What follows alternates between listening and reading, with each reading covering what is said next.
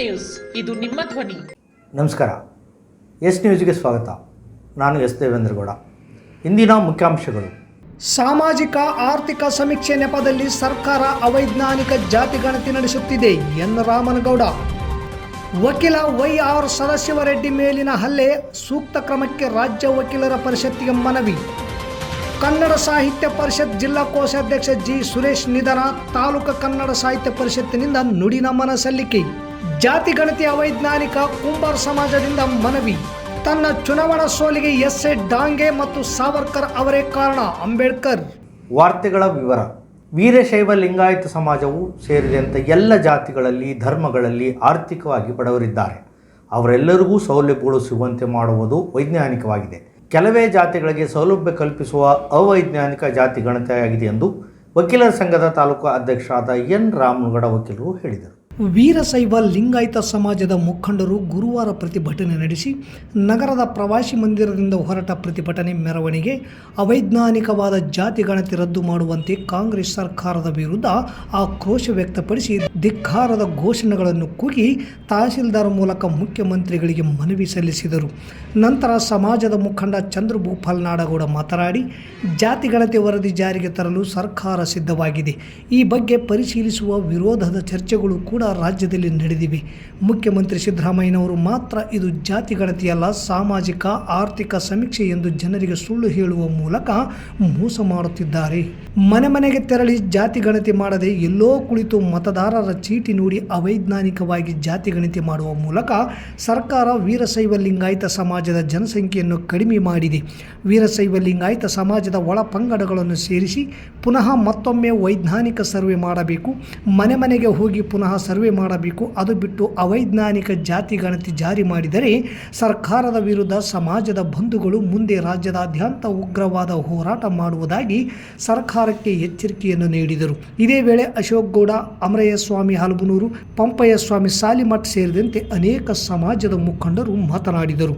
ಈ ಸಂದರ್ಭದಲ್ಲಿ ರಾಜಶೇಖರ್ ಪಾಟೀಲ್, ಪಂಪನಗೌಡ ಬಾದರ್ಲಿ, ಬಸವರಾಜ ಹಿರೇಗೌಡರ್, ಎನ್ ಅಮರೇಶ್, ಪ್ರಭುರಾಜ್, ಶಿವಕುಮಾರ್ ಜವಳಿ, ಹಂಪಯ್ಯ ಸ್ವಾಮಿ ರಾವಿಹಾಳ್, ಮಲ್ಲನಗೌಡ, ಶಿವಬಸನಗೌಡ ಗೊರೆಬಾಳ್, ಎಂ ಲಿಂಗಪ್ಪ, ಮಲ್ಲಿಕಾರ್ಜುನ್ ಜೀನೂರ್, ಅಮರೇಶ್ ಜವಳ್ಗೆರ, ಚನ್ನಬಸನಗೌಡ, ಚಂದ್ರಶೇಖರ್, ವೆಂಕೋಬ್ ಕಲ್ಲೂರ್, ಗಂಗಾಧರ್ ಹೂಗಾರ್, ಸಂಗನಗೌಡ ಜವಳಗೆರ, ಉದಯ್ ಗೌಡ, ನಾಗರಾಜ್ ಕಂಟಿಮಠ, ಶಿವು ಗುಂಜಳ್ಳಿ, ಶ್ರೀಧರ್ ಗೌಡ ಸೇರಿದಂತೆ ನೂರಾರು ಸಮಾಜದ ಬಂಧುಗಳು ಪ್ರತಿಭಟನೆಯಲ್ಲಿ ಭಾಗವಹಿಸಿದ್ದರು. ಇವತ್ತು ಸರ್ಕಾರ ಕ್ಯಾಬಿನೆಟ್ ಮೀಟಿಂಗ್ ಅಲ್ಲಿ ಮಂಡನೆ ಮಾಡಬಹುದು ಅನ್ನೋದು ಮೇಲ್ನೋಟಕ್ಕೆ ಕಾಣಿಸ್ತಾ ಇದೆ. ಇದನ್ನು ನಮ್ಮ ಸಮಾಜ ತೀವ್ರವಾಗಿ ವಿರೋಧಿಸುತ್ತೇವೆ. ಇದನ್ನು ಯಾವುದೇ ಕಾರಣಕ್ಕೆ ನಮ್ಮ ಸಮಾಜ ಯಾವ ಸಮಾಜಕ್ಕೆ ಅನ್ಯಾಯವಾಗಿದೆ ಅವ್ರು ಯಾರೂ ಒಪ್ಪೋದಿಲ್ಲ. ಇದನ್ನೇನಾದ್ರೂ ನೀವು ಮಂಡನೆ ಮಾಡಿದ್ರೆ ಇಡೀ ರಾಜ್ಯಾದ್ಯಂತ ಹೋರಾಟಗಳನ್ನು ಆಗ್ತವೆ, ನಾವು ಮಾಡ್ತೀವಿ ಅನ್ನೋ ಎಚ್ಚರಿಕೆ ಇವತ್ತು ಸರ್ಕಾರಕ್ಕೆ ಕೊಡ್ತಾ ಇದ್ದೀವಿ. ನಮ್ಮ ಸಮಾಜದ ಮುಖಾಂತರ ನಾನು ಈ ಸರ್ಕಾರಕ್ಕೆ ಒತ್ತಡ ಮಾಡ್ತೀನಿ, ಕೈ ಮುಗಿದು ಮನವಿನೂ ಮಾಡ್ತೀನಿ. ಇನ್ನೊಂದು ವಿಶೇಷವಾಗಿ ಹೇಳ್ಬೇಕಂತಂದ್ರೆ, ನಮ್ಮ ಸಮಾಜ ಯಾವ ಸಮಾಜದ ವಿರುದ್ಧನೂ ಅಲ್ಲ. ನಾವು ಯಾವ ಸಮಾಜಕ್ಕೆ ಹೆಚ್ಚು ಕೊಟ್ಟಿದ್ದೀರಾ, ಯಾವ ಸಮಾಜಕ್ಕೆ ಕಮ್ಮಿ ಕೊಟ್ಟಿದ್ದೀರಾ ಅಂತ ನಾವು ಬಂದಿಲ್ಲ. ನಾವು ಇಲ್ಲಿ ಸೇರ್ಕೊಂಡಿರೋದು ನಮ್ಮ ಸಮಾಜಕ್ಕೆ ಅನ್ಯಾಯ ಆಗಿದೆ ಅಂತ ಒಂದೇ ಒಂದು ಕಾರಣಕ್ಕೆ ಇವತ್ತು ನಾವು ಬಂದಿದ್ದೀವಿ. ಸರ್ಕಾರ ಮಾಡ್ತಾ ಇರೋದು ಸಾಮಾಜಿಕ ಅನುಕಂಪ, ಆರ್ಥಿಕ ಅನುಕಂಪ ಎಲ್ಲರ ತಲೆ ಮೇಲೆ ಕೈ ಆಡ್ಸಕ್ಕೆ. ಹೌದಪ್ಪ, ಸಾಮಾಜಿಕ ಅಂದ್ರೆ ಏನು? ಸಮಾಜದಾಗ ಐತೆ, ಅದ್ರ ಆಕಾಶದಾಗ ಐತೆ. ನಾವು ನೀವು ಹೇಳೋರಿಗೆ ಸಮಾಜದಾಗ ಇದೀವ ಇಲ್ರಿ? ಎಲ್ಲರೂ ಸಮಾಜದಾಗ ಇದೀವಿ. ಆ ಸಾಮಾಜಿಕ ಅಂದ್ರೆ ಇಷ್ಟಕ್ಕೆ ನಾವಿಲ್ಲ. ಈ ಸಮಾಜದಾಗ ನಾವು ಯಾವ ಸ್ಥಾನದಾಗ ಇದೀವಿ ಅಂತ. ಈಗ ನಮ್ಮ ಸಮಾಜ ತೆಗೆದುಕೊಂಡ್ರೆ ನಮ್ಮ ವೀರಶೈವ ಸಮಾಜದಲ್ಲಿ ಯಾರು ಬಡವರೇ ಇಲ್ಲ. ಭಾರತೀಯ ವಕೀಲ ಪರಿಷತ್ತಿನ ಸದಸ್ಯರು ಪದಾಂಕಿತ ಹಿರಿಯ ವಕೀಲರು ಆದ ವೈ.ಆರ್. ಸದಾಶಿವರೆಡ್ಡಿಯವರ ಕಚೇರಿಗೆ ನುಗ್ಗಿ ಸದಾಶಿವರೆಡ್ಡಿಯವರ ಮೇಲೆ ಮಾರಣಾಂತಿಕ ಹಲ್ಲೆ ನಡೆಸಿದ ಘಟನೆಯ ತುರ್ತು ಸಭೆ ಕರೆದು ದುಷ್ಕರ್ಮಿಗಳ ವಿರುದ್ಧ ಸೂಕ್ತ ಕಾನೂನು ಕ್ರಮವಹಿಸುವಂತೆ ಒತ್ತಾಯಿಸಲು ಕರ್ನಾಟಕ ರಾಜ್ಯ ವಕೀಲರ ಪರಿಷತ್ತಿಗೆ ರಾಜ್ಯ ಸದಸ್ಯರಾದ ಕೆ. ಕೋಟೇಶ್ವರರಾವ್ ಮನವಿ ಮಾಡಿದ್ದಾರೆ. ಭಾರತೀಯ ವಕೀಲರ ಪರಿಷತ್ತಿನ ಸದಸ್ಯರು ಹಾಗೂ ಹಿರಿಯ ವಕೀಲರಾದ ವೈ.ಆರ್. ಸದಾಶಿವರೆಡ್ಡಿಯವರ ಕಚೇರಿಗೆ ನುಗ್ಗಿದ ದುಷ್ಕರ್ಮಿಗಳು ಏಕಾಏಕಿ ವೈ.ಆರ್. ಸದಾಶಿವರೆಡ್ಡಿಯವರ ಮೇಲೆ ಮಾರಣಾಂತಿಕವಾಗಿ ಹಲ್ಲೆ ನಡೆಸಿರುವುದು ಅತ್ಯಂತ ಖಂಡನೀಯವಾದ ಘಟನೆಯಾಗಿದೆ. ಈಗಾಗಲೇ ವಕೀಲರ ರಕ್ಷಣೆಗಾಗಿ ಕಾಯ್ದೆ ಜಾರಿಯಾಗಿದ್ದರೂ ಕೂಡ ದುಷ್ಕರ್ಮಿಗಳು ಯಾವುದೇ ರೀತಿಯ ಕಾನೂನಿನ ಭಯ ಇಲ್ಲದೆ ಹಿರಿಯ ವಕೀಲರ ಕಚೇರಿಗೆ ನುಗ್ಗಿ ಮಾರಣಾಂತಿಕವಾಗಿ ಹಲ್ಲೆ ಮಾಡಿರುವ ಕೃತ್ಯ ಅತ್ಯಂತ ಹೇಡಿತನದ ಘಟನೆಯಾಗಿದೆ. ಹಿರಿಯ ವಕೀಲರ ಮೇಲೆ ಮಾರಣಾಂತಿಕವಾಗಿ ಹಲ್ಲೆಯ ಕೃತ್ಯ ಎಸಗಿದ ದುಷ್ಕರ್ಮಿಗಳ ವಿರುದ್ಧ ಈ ಕೂಡಲೇ ಪೊಲೀಸರು ದೂರು ದಾಖಲಿಸಿಕೊಂಡು ಬಂಧನ ಮಾಡಿ ಸೂಕ್ತವಾದ ಕಾನೂನು ಕ್ರಮ ಜರುಗಿಸಬೇಕು. ವಕೀಲರ ಪ್ರತಿನಿಧಿಯಾಗಿ ಭಾರತದ ವಕೀಲರ ಪರಿಷತ್ತಿನ ಸದಸ್ಯರ ಮೇಲೆಯೇ ಮಾರಣಾಂತಿಕವಾಗಿ ಹಲ್ಲೆಯಾಗಿರುವುದು ಅತ್ಯಂತ ಆತಂಕದ ಘಟನೆಯಾಗಿದೆ. ವಕೀಲರ ಪ್ರತಿನಿಧಿಗಳ ಮೇಲೆಯೇ ಈ ರೀತಿಯ ಮಾರಣಾಂತಿಕ ಹಲ್ಲೆ ನಡೆದರೆ ಇನ್ನು ಉಳಿದ ವಕೀಲರ ಪರಿಸ್ಥಿತಿ ಏನು ಎಂಬುದು ಆತಂಕದ ಸಂಗತಿಯಾಗಿದೆ. ಆದ್ದರಿಂದ ಈ ಕೂಡಲೇ ಮಾರಣಾಂತಿಕ ಹಲ್ಲೆ ಘಟನೆಯ ಕುರಿತು ಕರ್ನಾಟಕ ರಾಜ್ಯ ವಕೀಲರ ಪರಿಷತ್ತಿನ ತುರ್ತು ಸಭೆ ಕರೆದು ಘಟನೆಯ ಕುರಿತು ಚರ್ಚಿಸಬೇಕು ಹಾಗೂ ಹಿರಿಯ ವಕೀಲರ ಮೇಲೆ ನಡೆದ ಮಾರಣಾಂತಿಕ ಹಲ್ಲೆ ಘಟನೆಯನ್ನು ಖಂಡಿಸಿ ರಾಜ್ಯದಾದ್ಯಂತ ವಕೀಲರು ಪ್ರತಿಭಟನೆಗೆ ಕರೆ ನೀಡಬೇಕು. ಘಟನೆ ಇಡೀ ವಕೀಲರ ಸಮುದಾಯ ಪ್ರತಿನಿಧಿಸುವ ಹಿರಿಯ ವಕೀಲರ ಮೇಲೆ ನಡೆದ ಹಲ್ಲೆಯಾಗಿರುವುದರಿಂದ ಈ ಕೂಡಲೇ ಸರ್ಕಾರಕ್ಕೆ ಮನವಿ ಸಲ್ಲಿಸಿ ವಕೀಲರ ಮೇಲೆ ಹಲ್ಲೆ ಮಾಡಿದ ವ್ಯಕ್ತಿಗಳ ವಿರುದ್ಧ ಸೂಕ್ತ ಕಾನೂನು ಕ್ರಮಕ್ಕೆ ಆಗ್ರಹಿಸಲು ರಾಜ್ಯ ಸದಸ್ಯರಾದ ಕೆ. ಕೋಟೇಶ್ವರ ರಾವ್ ಮನವಿ ಮಾಡಿದ್ದಾರೆ. ಜಿಲ್ಲಾ ಕನ್ನಡ ಸಾಹಿತ್ಯ ಪರಿಷತ್ತಿನ ಕೋಶಾಧ್ಯಕ್ಷರಾದ ಜಿ. ಸುರೇಶ್ ಅವರು ಬುಧವಾರದಂದು ತೀವ್ರ ಹೃದಯಾಘಾತದಿಂದ ನಿಧನರಾಗಿದ್ದು, ತಾಲೂಕು ಕನ್ನಡ ಸಾಹಿತ್ಯ ಪರಿಷತ್ನಿಂದ ನಗರದ ಆದಿಶೇಷ ದೇವಸ್ಥಾನದ ಹಿಂದೆ ಇರುವ ಶೇಖ್ ಬಶೀರ್ ಎತ್ಮಾರಿಯವರ ಜಾಗದಲ್ಲಿ ಬುಧವಾರ ಸಂಜೆ ಶ್ರದ್ಧಾಂಜಲಿ ಸಭೆಯನ್ನು 1 ನಿಮಿಷದ ಮೌನಾಚರಣೆ ಮಾಡಿ ಮೃತರ ಆತ್ಮಕ್ಕೆ ಶಾಂತಿ ಕೋರಲಾಯಿತು. ತಾಲೂಕಾಧ್ಯಕ್ಷ ಪಂಪಯ್ಯ ಸ್ವಾಮಿ ಸಾಲಿಮಠ್ ಮಾತನಾಡಿ, ಕನ್ನಡ ಸಾಹಿತ್ಯ ಪರಿಷತ್ ಜಿಲ್ಲಾಧ್ಯಕ್ಷರ ಆರೋಗ್ಯ ಸರಿಯಿಲ್ಲದ ಕಾರಣ ಅನೇಕ ಕಾರ್ಯಕ್ರಮಗಳನ್ನು ಮಾಡುವುದರಲ್ಲಿ ವಿಫಲವಾಗಿದ್ದೇವೆ. ಆದರೆ ಕೋಶಾಧ್ಯಕ್ಷರಾದ ಜಿ. ಸುರೇಶ್ ಅವರು ಸರಳ ಜೀವಿ ಮತ್ತು ಉತ್ತಮ ವ್ಯಕ್ತಿ. ಕನ್ನಡ ಸಾಹಿತ್ಯ ಪರಿಷತ್ತಿನ ಕೋಶಾಧ್ಯಕ್ಷರಾದರೂ ಸ್ವಲ್ಪವೂ ಅವರಿಗೆ ಯಾವುದೇ ಅಹಂ ಇರಲಿಲ್ಲ. ಸರಳರಲ್ಲಿ ಅತಿ ಸರಳರಾಗಿದ್ದರು. ಜಿಲ್ಲಾಧ್ಯಕ್ಷ ರಂಗಣ್ಣ ಅವರ ಜೊತೆ ಸಾಕಷ್ಟು ಕನ್ನಡ ಸಾಹಿತ್ಯ ಪರಿಷತ್ತಿಗೆ ದುಡಿದಿದ್ದಾರೆ. ಅದೇ ರೀತಿ ಈ ಹಿಂದೆ ಶರಣೇಗೌಡ ಅಧ್ಯಕ್ಷರಿದ್ದ ಸಮಯದಲ್ಲಿಯೂ ಕೂಡ ಪಾದರಸದಂತೆ ಕಾರ್ಯನಿರ್ವಹಿಸಿದ್ದಾರೆ. ಬುಧವಾರ ಬೆಳಗ್ಗೆ ಎದ್ದು ಟೀ ಕುಡಿಯುವ ವೇಳೆ ಎದೆ ನೋವು ಎಂದು ಕುಸಿದು ಬಿದ್ದು ಸಾವನ್ನಪ್ಪಿದ್ದಾರೆ. ಹುಟ್ಟು ಉಚಿತ, ಸಾವು ಖಚಿತ. ಅವರ ಸಾವಿನಿಂದ ಕನ್ನಡ ಸಾಹಿತ್ಯ ಪರಿಷತ್ತಿಗೆ ತುಂಬಲಾರದ ನಷ್ಟವಾಗಿದೆ. ದೇವರು ಅವರ ಆತ್ಮಕ್ಕೆ ಚಿರಶಾಂತಿ ಕೊಡಲಿ, ಅವರ ಕುಟುಂಬ ವರ್ಗಕ್ಕೆ ದುಃಖ ಸಹಿಸುವ ಶಕ್ತಿ ನೀಡಲಿ ಎಂದು ಪ್ರಾರ್ಥಿಸಿದರು. ನಂತರ ನೇತೃತ್ವದ ಡಾಕ್ಟರ್ ಚನ್ನನಗೌಡ ಅವರು ಕನ್ನಡ ಸಾಹಿತ್ಯ ಪರಿಷತ್ತಿಗೆ ಸಂಬಂಧಿಸಿದಂತೆ ಮಾತನಾಡಿ, ಅಧ್ಯಕ್ಷರ ಬದಲಾವಣೆ ಕುರಿತು ಚರ್ಚೆ ನಡೆದಿದೆ. ಇರಲಿ, ಬದಲಾವಣೆ ಜಗದ ನಿಯಮ. ಆದರೆ 2.5-3 ವರ್ಷಗಳಲ್ಲಿ ಕನ್ನಡ ಸಾಹಿತ್ಯ ಪರಿಷತ್ತಿಗೆ ಅಧ್ಯಕ್ಷರಾಗಿ ಪಂಪಯ್ಯ ಸ್ವಾಮಿ ಸಾಲಿಮಠ್ ಅವರು ಇಡೀ ರಾಜ್ಯ ಮೆಚ್ಚುವಂಥ ಅತ್ಯುತ್ತಮ ಕಾರ್ಯ ಕನ್ನಡ ಸಾಹಿತ್ಯ ಪರಿಷತ್ತಿಗೆ ತಂಡದ ಜೊತೆಗೂಡಿ ಮಾಡಿದ್ದಾರೆ. ಕನ್ನಡ ಸಾಹಿತ್ಯ ಪರಿಷತ್ತದಲ್ಲಿ 5,000 ಸದಸ್ಯರಿದ್ದಾರೆ. ಎಲ್ಲರಿಗೂ ಅವಕಾಶ ಸಿಗುವುದು ಕಷ್ಟ. ಸಿಕ್ಕವರು ಇನ್ನಷ್ಟು ಕೂಡ ಸಾಹಿತ್ಯ ಪರಿಷತ್ತಿಗೆ ಉತ್ತಮ ಕಾರ್ಯ ಮಾಡಲಿ ಎಂದರು. ಈ ಸಂದರ್ಭದಲ್ಲಿ ವೈ. ನರೇಂದ್ರನಾಥ್, ಹುಸೇನ್ ಸಾಬ್, ಶಂಕರ್ ದೇವರ್ ಹಿರೇಮಠ್, ಮೌಲಪ್ಪ ಮಾಡ್ಸಿರ್ವಾರ್, ಬಸವರಾಜ್ ಗಸ್ತಿ, ಗುಂಡೂರಾವ್ ಚನ್ನಳ್ಳಿ, ಕೋಶಾಧ್ಯಕ್ಷರಾದ ಶೇಖ್ ಬಶೀರ್ ಹೇತ್ಮಾರಿ, ರಾಮಣ್ಣ ಬೇರ್ಗಿ, ದೊಡ್ಡಮನಿ ಚನ್ನನಗೌಡ ಪೊಲೀಸ್ ಪಾಟೀಲ್, ಶರ್ಬಯ್ಯ ಸ್ವಾಮಿ ಹಿರೇಮಠ್, ವೀರೇಶ್ ಶಿವನಗುತ್ತಿ, ಕವಿ ವಲಿ ಸಾಬ್, ಭೀಮಸೇನ ಆಚಾರ್ಯ ಸೇರಿದಂತೆ ಅನೇಕರು ಭಾಗವಹಿಸಿದ್ದರು. ದಿನಗಳಿಂದ ನಮ್ಮ ಜಿಲ್ಲಾಧ್ಯಕ್ಷರಿಗೆ ಆರೋಗ್ಯ ಸರಿ ಇರೋ ಕಾರಣ ಹಲವು ಕಾರ್ಯಕ್ರಮಗಳು ಮಾಡೋದಕ್ಕೆ ವಿಫಲರಾಗಿದ್ದೀವಿ. ಆದರೆ ಆರೋಗ್ಯವಂತರಾಗಿದ್ದಂಥ ಕೋಶಾಧ್ಯಕ್ಷರು ಭಾಳ ಒಳ್ಳೆಯ ವ್ಯಕ್ತಿಗಳು, ಭಾಳ ಸರಳ ಜೀವಿಗಳು. ಹಾಗೆಂದರೆ ನಮ್ಮ ಎಸ್. ಶರಣೇಗೌಡ ಅವರು ಜಿಲ್ಲಾಧ್ಯಕ್ಷರ ಆದಾಗಿನಿಂದ ಅವರು ಕನ್ನಡ ಸಾಹಿತ್ಯ ಪರಿಷತ್ತಿಗೆ ಪಾದಾರ್ಪಣೆ ಮಾಡಿದಂಥ ಕೀರ್ತಿ ಜಿ. ಸುರೇಶ್ ಅವರಿಗೆ ಸಲ್ತಾ ಇದೆ. ಸುರೇಶ್ ಅವರು ಮಡಿವಾಳ ಮಾಚದೇವರು ಸಮಾಜದವರು ಅಂತ ನಾನು ತಿಳ್ಕೊಂಡಿದ್ದೇನೆ. ಹಾಗಾಗಿ ಯಾವುದೇ ಜಾತಿ ನಾನು ಮಡಿವಾಳ, ನಾನು ಕಡಿಮೆ, ನಾನು ಹೆಚ್ಚು ಅನ್ನುವಂಥದ್ದು ಆ ವ್ಯಕ್ತಿ ಎಂದೂ ಇದು ಮಾಡಲಿಲ್ಲ. ನಾನು ಕೋಶಾಧ್ಯಕ್ಷ, ನಾನು ಭಾಳ ಗೌರವದಿಂದ ಇರಬೇಕು, ನಾನು ಭಾಳ ಇದೇ ಇರಬೇಕು ಅನ್ನುವಂಥದ್ದು ನಾನು ಭಾಳ ಸರಳರಲ್ಲಿ ಅತಿ ಸರಳವಂತ ನಮ್ಮ ಜಿ. ಸುರೇಶ್ ಅವರು. ನಾನು ನೋಡಿದ್ರೆ ಇಷ್ಟು ಕೆಲಸ ಮಾಡಿದ್ದು ಯಾರು ಮಾಡಿದ್ದು ನೋಡಿಲ್ಲ, ಸತ್ಯವಾಗಿ ಹೇಳ್ಬೇಕಂದ್ರೆ. It's wonderful job. ಏನೋ ನಿನ್ನ ಪೀರಿಯಡ್ನಲ್ಲಿ ಒಂದು ತಾಲೂಕು ಸಮ್ಮೇಳನ ಆಗ್ಬೇಕನ್ನೋದು ನಮಗೂ ಭಾಳ ಆಸೆ ಇತ್ತು. ಬಟ್ ಇಲ್ಲಿ ಬಿಡಿ, ಯಾರು ನೆಕ್ಸ್ಟ್ ಬಂದವ್ರಿಗೆ ನಾವು, ನಮ್ಮೆಲ್ಲ ಸ್ನೇಹಿತರು, ಕನ್ನಡ ಅಭಿಮಾನಿಗಳು, ಕನ್ನಡ ಪ್ರೇಮಿಗಳು ಯಾರೇ ಬಂದರೂ ಅವ್ರ ಜೊತೆಗೆ ನಾವು ನಿಂತ್ಕೊಂಡು ಕೆಲಸ ಮಾಡಬೇಕು. ಅವರಿಗೂ ನಾವು ಸ್ಫೂರ್ತಿಯಾಗಿ ನಿಲ್ಲಬೇಕಿಂತ ಕೆಲಸ ಮಾಡೋಂಥೇಳಿ. ಆ್ಯಂಡ್ ಒನ್ಸ್ ಅಗೇನ್ ನಿಮ್ಮ ಟೀಮ್ ನಿನಗೆ ಮತ್ತು ನಿಮ್ಮ ತಂಡಕ್ಕೆ ಅಭಿನಂದನೆಗಳು. ನಿಮ್ಮ ಮಕ್ಕಳ ಉಜ್ವಲ ವಿದ್ಯಾಭ್ಯಾಸಕ್ಕಾಗಿ ಹಿಂದೆ ಭೇಟಿ ಕೊಡಿ ಇಂದಿನ ಪ್ರಿಯದರ್ಶಿನಿ ಸೆಂಟ್ರಲ್ ಸ್ಕೂಲ್ ಇಂಗ್ಲಿಷ್ ಮಾಧ್ಯಮ ಶಾಲೆ, ಸತ್ಯ ಗಾರ್ಡನ್ ಹತ್ತಿರ, ಸಿಂಧನೂರು. 2025-26ನೇ ಸಾಲಿನ ಪ್ರವೇಶಗಳು ಪ್ರಾರಂಭ. ನರ್ಸರಿಯಿಂದ 10ನೇ ತರಗತಿಗೆ ಪ್ರವೇಶ ಬಯಸುವವರು ಹಿಂದೆ ಸಂಪರ್ಕಿಸಿ. ಸುಸಜ್ಜಿತ ಶಾಲಾ ಕೊಠಡಿಗಳನ್ನು ಹೊಂದಿರುವ CBSE ಮಾನ್ಯತೆ ಪಡೆದ ಏಕೈಕ ಶಾಲೆಯಾಗಿದೆ. ವಿಶಾಲವಾದ ಕ್ರೀಡಾ ಮೈದಾನ, ಉತ್ತಮ ವಾತಾವರಣ, ನಗರಕ್ಕೆ ಹತ್ತಿರ ಇರುವ ಶಾಲೆಯಾಗಿದೆ. ನರ್ಸರಿಯಿಂದ 10ನೇ ತರಗತಿಯ ಎಲ್ಲ ವಿದ್ಯಾರ್ಥಿಗಳಿಗೆ ಭದ್ರತೆಯಿಂದ ಕೂಡಿದ ವಿದ್ಯಾ ವಿಧಾನವನ್ನು ಒದಗಿಸುವುದು ನಮ್ಮ ಗುರಿ. ಮಾಂಟೆಸರಿ ವಿಧಾನ, ಅಬಕಾಸ್, ಇನ್ನಿತರ ಪಠ್ಯೇತರ ಚಟುವಟಿಕೆಗಳಿಂದ ನರ್ಸರಿಯಿಂದಲೇ ಮಕ್ಕಳ ಸರ್ವತೋಮುಖ ಬೆಳವಣಿಗೆಗೆ ನಮ್ಮ ಆದ್ಯತೆ. ನವೀಕರಿಸಲಾದ science lab, maths lab, computer lab, library ಸೌಲಭ್ಯ ಹೊಂದಿದೆ. ನರ್ಸರಿ, LKG ಮತ್ತು UKG ವಿದ್ಯಾರ್ಥಿಗಳಿಗೆ ವಿಶೇಷ ಚಟುವಟಿಕೆ ಆಧಾರಿತ LAB ಪ್ರಾರಂಭಿಸಲಾಗಿದೆ. ಮಕ್ಕಳ ಬೆಳವಣಿಗೆಗೆ ಕರ್ಸಿವ್ ಹ್ಯಾಂಡ್ ರೈಟಿಂಗಿಗೆ ಮೊದಲ ಆದ್ಯತೆ. ಮಕ್ಕಳ ದೈಹಿಕ ಹಾಗೂ ಮಾನಸಿಕ ದೃಢತೆಗಾಗಿ ಇನ್ನಿತರ ಚಟುವಟಿಕೆಗಳಾದ ಇಂಡೋರ್ ಮತ್ತು ಔಟ್ಡೋರ್ ಕ್ರೀಡೆಗಳು, ಯೋಗ, ಸಂಗೀತ, ಚಿತ್ರಕಲೆ, ಕ್ವಿಜ್ ಕಾಂಪಿಟೇಷನ್ಗೆ ತರಬೇತಿ ನೀಡಲಾಗುತ್ತದೆ. ಉತ್ತಮ ಸ್ನಾತಕೋತ್ತರ ತರಬೇತಿ ಪಡೆದ ಶಿಕ್ಷಕರಿಂದ ಥಿಯರಿ ಮತ್ತು ಪ್ರಾಕ್ಟಿಕಲ್ ವಿಷಯಗಳ ಬೋಧನೆಯಿಂದ ಸತತವಾಗಿ 16 ವರ್ಷಗಳಿಂದ 10ನೇ ತರಗತಿಯಲ್ಲಿ ಜಿಲ್ಲಾ ಮಟ್ಟ ಹಾಗೂ ತಾಲೂಕು ಮಟ್ಟದಲ್ಲಿ ಅತ್ಯುತ್ತಮ ಫಲಿತಾಂಶ ನಮ್ಮದಾಗಿದೆ. ಸೈನ್ಸ್ ಎಕ್ಸಿಬಿಷನ್ಗಾಗಿ ಬಯೋ ರಂಗೋಲಿಯ ಕೌಶಲ್ಯ ನಮ್ಮ ವಿದ್ಯಾರ್ಥಿಗಳ ಕೌಶಲ್ಯಕ್ಕೆ ಉದಾಹರಣೆಯಾಗಿದೆ. ನಿಮ್ಮ ಮಕ್ಕಳ ಸುಂದರವಾದ ಭವಿಷ್ಯ ನಿಮ್ಮ ಕನಸಾದರೆ ಅದನ್ನು ನನಸಾಗಿಸುವುದು ನಮ್ಮ ಶಾಲೆಯ ಅಂತಿಮ ಗುರಿ. ನೈತಿಕ ಮತ್ತು ಮಾದರಿ ಆಧಾರಿತ ಶಿಕ್ಷಣಕ್ಕೆ ಮೊದಲ ಆದ್ಯತೆ ನೀಡುತ್ತಿದ್ದೇವೆ. ವಿಜ್ಞಾನ ಪ್ರದರ್ಶನ, ಚಂದ್ರಯಾನ 3, ಸಾವಯವ ಕೃಷಿ ವಿಧಾನಗಳು ಸಹ ವಿಶೇಷ ಪ್ರಯೋಗಗಳನ್ನು ನಮ್ಮ ವಿದ್ಯಾರ್ಥಿಗಳು ಮಾಡುತ್ತಿದ್ದಾರೆ. ಹೆಚ್ಚಿನ ಮಾಹಿತಿಗಾಗಿ Indira Priyadarshini central school English ಮಾಧ್ಯಮ ಶಾಲೆ, ಸತ್ಯ ಗಾರ್ಡನ್ ಹತ್ತಿರ, ಸಿಂಧನೂರು.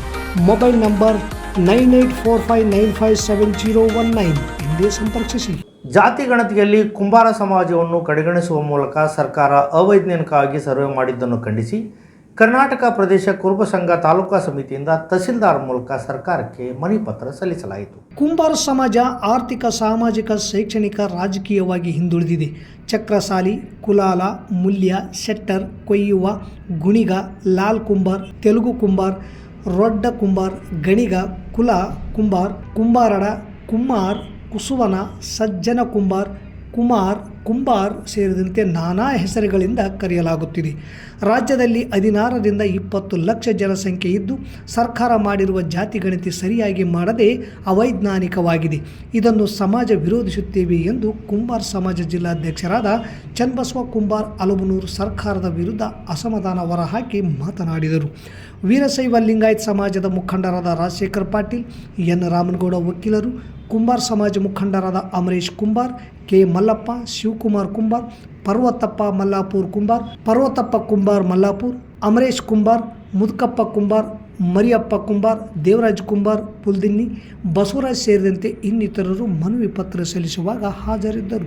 ಮಾನ್ಯ ಮುಖ್ಯಮಂತ್ರಿ ಸಿದ್ದರಾಮಯ್ಯನವರು ಡಾಕ್ಟರ್ ಅಂಬೇಡ್ಕರ್ ಅವರು ಚುನಾವಣಾ ಸೋಲಿಗೆ ಡಾಂಗೆ ಮತ್ತು ಸಾವರ್ಕರ್ ಅವರು ಕಾರಣ ವಿನಃ ಕಾಂಗ್ರೆಸ್ ಪಕ್ಷ ಅಲ್ಲ ಎಂದು ಹೇಳಿದ್ದಕ್ಕೆ ವಿಧಾನ ಪರಿಷತ್ತಿನ ವಿರೋಧ ಪಕ್ಷದ ನಾಯಕರಾಗಿರುವ ಛಲವಾದಿ ನಾರಾಯಣಸ್ವಾಮಿಯವರು ಅದನ್ನು ಸಾಬೀತು ಮಾಡಿದರೆ ತಾನು ರಾಜೀನಾಮೆ ನೀಡುತ್ತೇನೆ, ಇಲ್ಲದಿದ್ದರೆ ಮುಖ್ಯಮಂತ್ರಿ ಅವರು ರಾಜೀನಾಮೆ ನೀಡಬೇಕೆಂದು ಸವಾಲು ಹಾಕಿದ್ದರು. ಡಾಕ್ಟರ್ ಅಂಬೇಡ್ಕರ್ ಅವರ ಪತ್ರದ ಪ್ರತಿ ಸ್ಪಷ್ಟವಾಗಿ ಡಾಂಗೆಯವರ ಜೊತೆ ಸಾವರ್ಕರ್ ಅವರು ತನ್ನ ಚುನಾವಣೆ ಸೋಲಿಗೆ ಕಾರಣ ಎಂದು ಅವರೇ ಬರೆದ ಪತ್ರದಲ್ಲಿ ಹೇಳಿರುವುದು ಸಾಬೀತಾಗಿದೆ.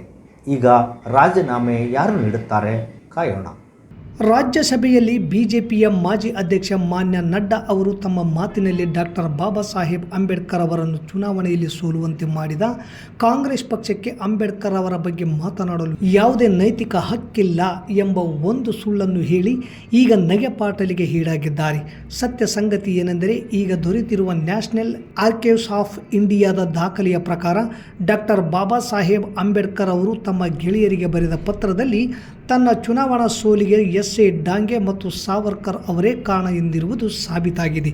ಅದರ ಪ್ರತಿ ಈಗ ಸಾಮಾಜಿಕ ಮಾಧ್ಯಮಗಳಲ್ಲಿ ಹರಿದಾಡುತ್ತಿದೆ.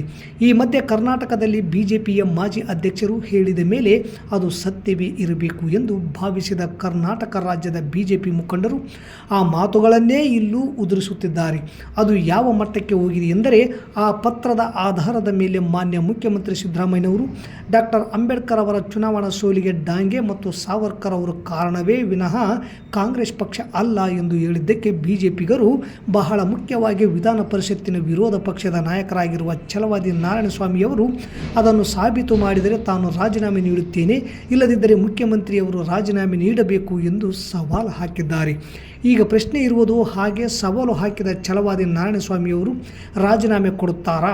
ಏಕೆಂದರೆ ನ್ಯಾಷನಲ್ ಆರ್ಕೈವ್ಸ್ ಆಫ್ ಇಂಡಿಯಾ ಹಂಚಿಕೊಂಡಿರುವ ಡಾಕ್ಟರ್ ಅಂಬೇಡ್ಕರ್ ಅವರ ಪತ್ರದ ಪ್ರತಿ ಸ್ಪಷ್ಟವಾಗಿ ಡಾಂಗೆಯವರ ಜೊತೆ ಸಾವರ್ಕರ್ ಅವರು ತನ್ನ ಚುನಾವಣಾ ಸೋಲಿಗೆ ಕಾರಣ ಎಂದು ಡಾಕ್ಟರ್ ಅಂಬೇಡ್ಕರ್ ಅವರು ಬರೆದ ಪತ್ರದಲ್ಲಿ ಹೇಳಿರುವುದು ಸಾಬೀತಾಗಿದೆ.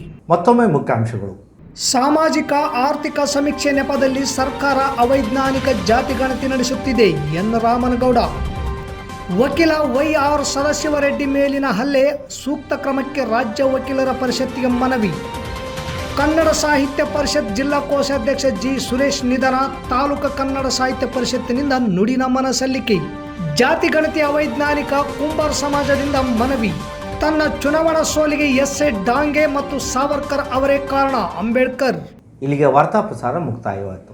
ನಿರಂತರ ಸುದ್ದಿಗಾಗಿ ವೀಕ್ಷಿಸಿ ಎಸ್ ನ್ಯೂಸ್. ಇದು ನಿಮ್ಮ ಧ್ವನಿ. ನಮಸ್ಕಾರ.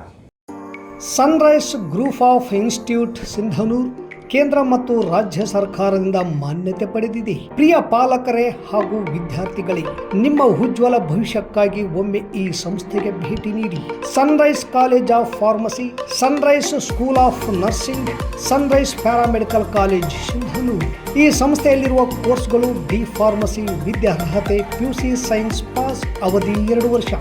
ನರ್ಸಿಂಗ್ ಜಿಎನ್ಎಂ ವಿದ್ಯಾರ್ಹತೆ ದ್ವಿತೀಯ ಪಿಯುಸಿ, ಕಲಾ ಮತ್ತು ವಿಜ್ಞಾನ ವಾಣಿಜ್ಯ, ಅವಧಿ 3 ವರ್ಷ. ಪ್ಯಾರಾಮೆಡಿಕಲ್ ಕಾಲೇಜ್ ಡಿಎಂಎಲ್ಟಿ ಡಿಎಚ್ಐ ಕೋರ್ಸ್ಗಳು ವಿದ್ಯಾರ್ಹತೆ ಎಸ್ಎಸ್ಎಲ್ಸಿ ದ್ವಿತೀಯ ಪಿಯುಸಿ ವಿಜ್ಞಾನ, ಅವಧಿ 3 ವರ್ಷ. ಹಾಗೂ ಈ ಸಂಸ್ಥೆಯ ವಿಶೇಷತೆ ಏನೆಂದರೆ ಅನುಭವಿ ಉಪನ್ಯಾಸಕರಿಂದ ಬೋಧನೆ, ಪ್ರತಿ ಶನಿವಾರ ವಿಶೇಷ ತಜ್ಞ ವೈದ್ಯರಿಂದ ಉಪನ್ಯಾಸ, ಸುಸಜ್ಜಿತ ಕಟ್ಟಡ, ಸ್ಮಾರ್ಟ್ ಕ್ಲಾಸಸ್ ಹಾಗೂ ವಿಶೇಷವಾಗಿ ಎಲ್ಲ ವಿದ್ಯಾರ್ಥಿಗಳ ಸುರಕ್ಷತೆಗಾಗಿ ಸಿಸಿ ಕ್ಯಾಮೆರಾ ಅಳವಡಿಸಲಾಗಿದೆ. ಮತ್ತು ವಿದ್ಯಾರ್ಥಿಗಳಿಗೆ ಕಲಿಕಾ ಅನುಭವಕ್ಕಾಗಿ ಸಿಂಧನೂರು ಹಾಗೂ ವಿವಿಧ ನಗರದ ತಜ್ಞ ವೈದ್ಯರಿಂದ ಉಚಿತವಾಗಿ ಸುಮಾರು ಆರೋಗ್ಯ ತಪಾಸಣೆ ಶಿಬಿರದಲ್ಲಿ ವಿದ್ಯಾರ್ಥಿಗಳು ಭಾಗವಹಿಸಿ ವಿಶೇಷ ಕಲಿಕಾ ಅನುಭವವನ್ನು ಪಡೆದಿರುತ್ತಾರೆ. ಪ್ರವೇಶಕ್ಕಾಗಿ ಹಿಂದೆ ಸಂಪರ್ಕಿಸಿ. ಇರ್ಫಾನ್ ಕೆ, ಅಧ್ಯಕ್ಷರು, Sunrise group of D pharmacy, nursing GNM, paramedical DMLT ಹಾಗೂ ಡಿಎಚ್ಐ ಕಾಲೇಜ್ ಸಿಂಧನೂರು. ವಾಸವಿ ಕಲ್ಯಾಣ ಮಂಟಪದ ಮುಂಭಾಗ, PWD ಕ್ಯಾಂಪ್, ರಾಯಚೂರು ರಸ್ತೆ, Sindhanur. Phone number 8197143588, 8904242655, 9036731385.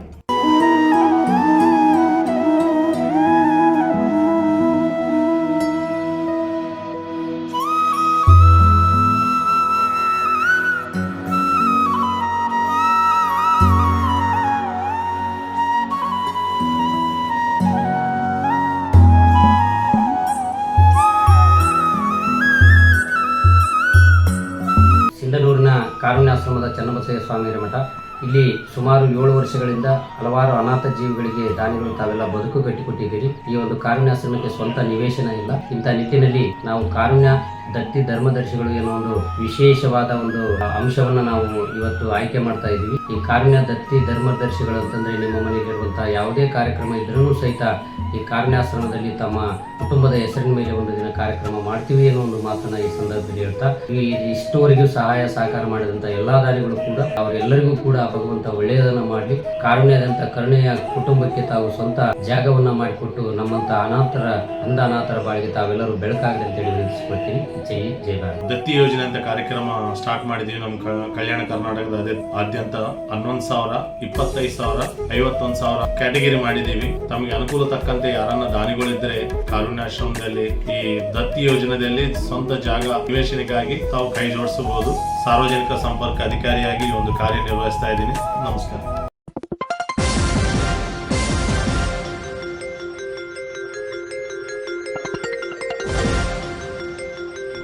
S news, ಇದು ನಿಮ್ಮ ಧ್ವನಿ.